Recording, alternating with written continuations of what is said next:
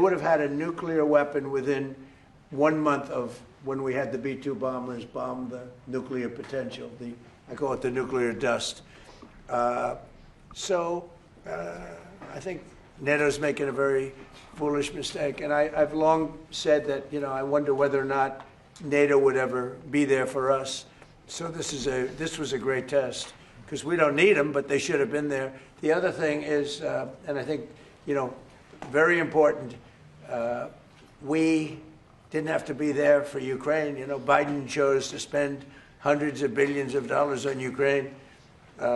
And I guess the head of Germany just made a statement that, well, they weren't involved and they have nothing to do with the war. But at the same time, they think we did a great thing by knocking them out. Nobody wants to have Iran, or anybody, but nobody wants to have Iran with a nuclear, because these people are crazy. They're absolutely crazy, and they're vicious, violent. I mean, they kill, think of it. They killed, now I hear it's about 41,000 people. They put out a notice 2 days ago. Anybody that protests will be immediately shot and killed. That's pretty tough stuff. So everyone agrees with us, but they don't want to help. And we as the United States have to remember that, because we think it's pretty shocking. President Macron has just said in the last hour that he will never join a task force in the Strait of Hormuz until hostilities finish. Yesterday you said... Who said that? Who said? President Macron of France. What's your reaction to that, sir? Well, he'll be out of office very soon, so we'll have to see. I don't know. Mr.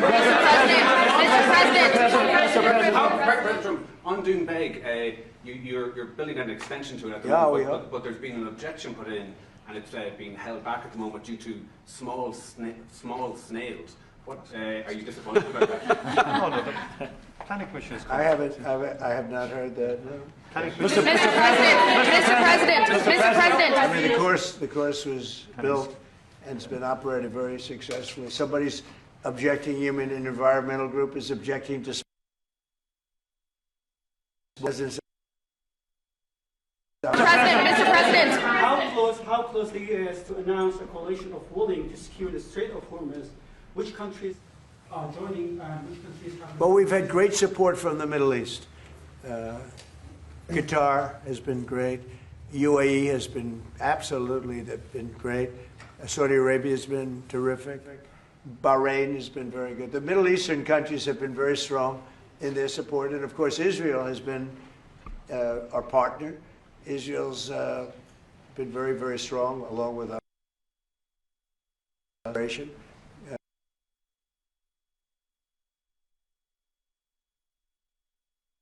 Against Iran. If you look back ago, I talked about Iran was a big threat to this country, to this world of ours, and turned out to be, I was right. In fact, I said you have to attack Karg Island. You have to attack them years ago when they were acting up. They've been acting up for 37, 47, I guess now 48 years. For 48 years, they've been bad players, vicious players, and you can't let them have a nuclear weapon. If they got a nuclear weapon, I would say they would have used it within 24 hours after having it. And they would have had it if we didn't bomb them out from that great raid with the B-2 bombers 8 months ago or so. You would have had a nuclear war in the Middle East and maybe beyond. I think it would have hit Europe. Maybe not Ireland, but it would have hit Europe. I think you would have been a nice piece of it. It all gets you. It's big enough that you would have been affected. They would have hit Europe eventually. Mr. President, your Director of National Counterterrorism, Joe Kent, he just resigned today. He said he can't support your conflict with Iran. What's your reaction to that? And did you? Well, I read his statement. I always thought he was a nice guy, but I always thought he was weak on security, very weak on security. I didn't know him well, but I thought he seemed like a pretty nice guy. But when I read his statement, I realized that it's a good thing that he's out, because he said that Iran was not a threat. Iran was a threat. Every country realized what a threat Iran was. The question is whether or not they wanted to do something about it. And many people, many of the greatest military scholars are saying for years that presidents should have taken out Iran because they wanted a nuclear weapon. They were, if we didn't do the attack, or if, I'll go a step further, if I didn't terminate the Iran nuclear deal given to us, one of the worst deals ever made by Barack Hussein Obama. Remember when they sent Boeing 757s over there, loaded with cash, hundreds of millions of dollars? You would have been very happy. This was a wonderful. They sent hundreds of millions. People forget that. Does anybody remember? Right? You remember. Hundreds of millions of dollars in a Boeing 757. I think they had two of them loaded. They took the seats out and they put cash. And it was so much that there wasn't a bank in Virginia, Maryland, or D.C. that had any money left. They stripped them of all their money, put it into place, sent it to Iran, almost as ransom. That's not going to happen with Trump. And nobody ever did anything about it. Nobody ever said anything about it. Can you imagine if I did that? So they've been a threat for a long time. But they've really been a threat. If I didn't terminate Obama's horrible deal that he made, the Iran nuclear deal, you would have had a nuclear war 4 years ago. You would have had nuclear holocaust. And you would have had it again if we didn't bomb the site. So when somebody is working with us that says they didn't think Iran was a threat, we don't want those people because, and there are some people, I guess I would say that, but they're not smart people or they're not savvy people. Iran was a tremendous threat. And virtually every NATO nation, and this is the thing, if they told me it wasn't a threat, and therefore they don't want to help, but when they say it was a threat, and it was a major threat, every one of them, I think every one of them, I don't know of one that said they're not a threat, but when they say it was a threat, but we're not going to help, I think they're very foolish. You know, it's interesting. It's interesting because I could say this, that what's happening in Ukraine, we're probably in there for $400 billion. We don't spend any money anymore. They buy it from us and they pay full price. But Biden gave them between $350 and $400 billion of equipment and cash. Someday they'll have to find out about the cash. And you could say that wasn't a threat, you know. We're helping them. So we helped them, and they didn't help us. And I think that's a very bad thing for NATO. Mr. President. Are there any repercussions for NATO, and are you still going to China? Well, yeah, on China, it's a little different story. We're resetting the meeting, and it looks like it'll take place in about 5 weeks. We're working with China. They were fine with it. We're going to say, I look forward to seeing President Xi. He looks forward to seeing me, I think. But I do look forward to seeing him. We have a good relationship with China.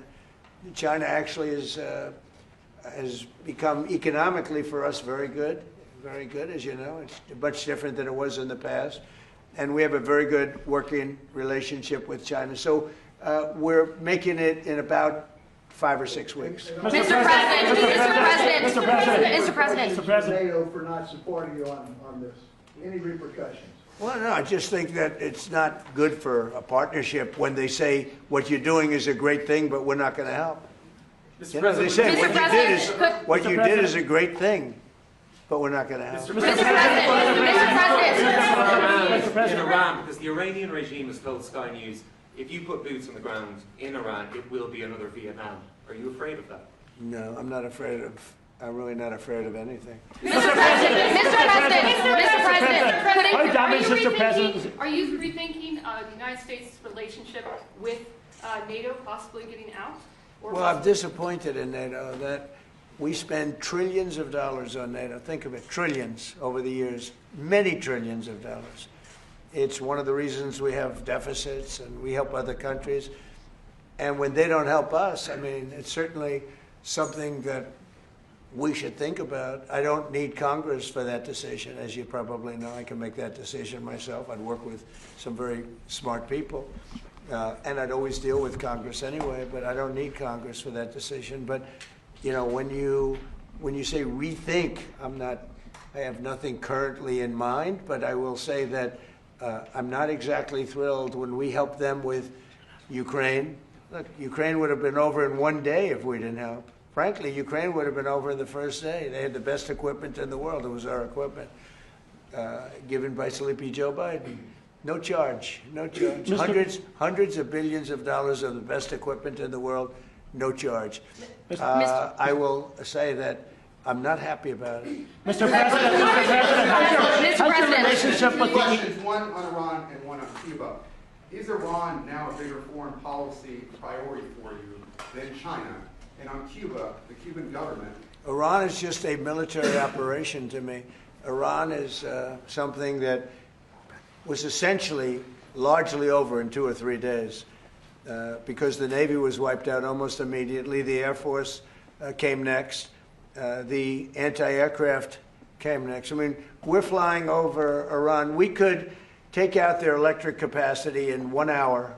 We have all the, there's nothing they can do right now because everything is knocked out. They have no, again, no radar, no anti-aircraft. They have nothing. And we don't, and it was a decision I made. We discussed it, Pete, Marco, JD, all of us, Chris, we discussed it. We can knock out their electricity in a matter of minutes if we wanted to. There's nothing they can do about it. We can knock out their oil in Carg Island. The only thing we didn't take down was their oil because if we knock out, I call them the pipes, very complex.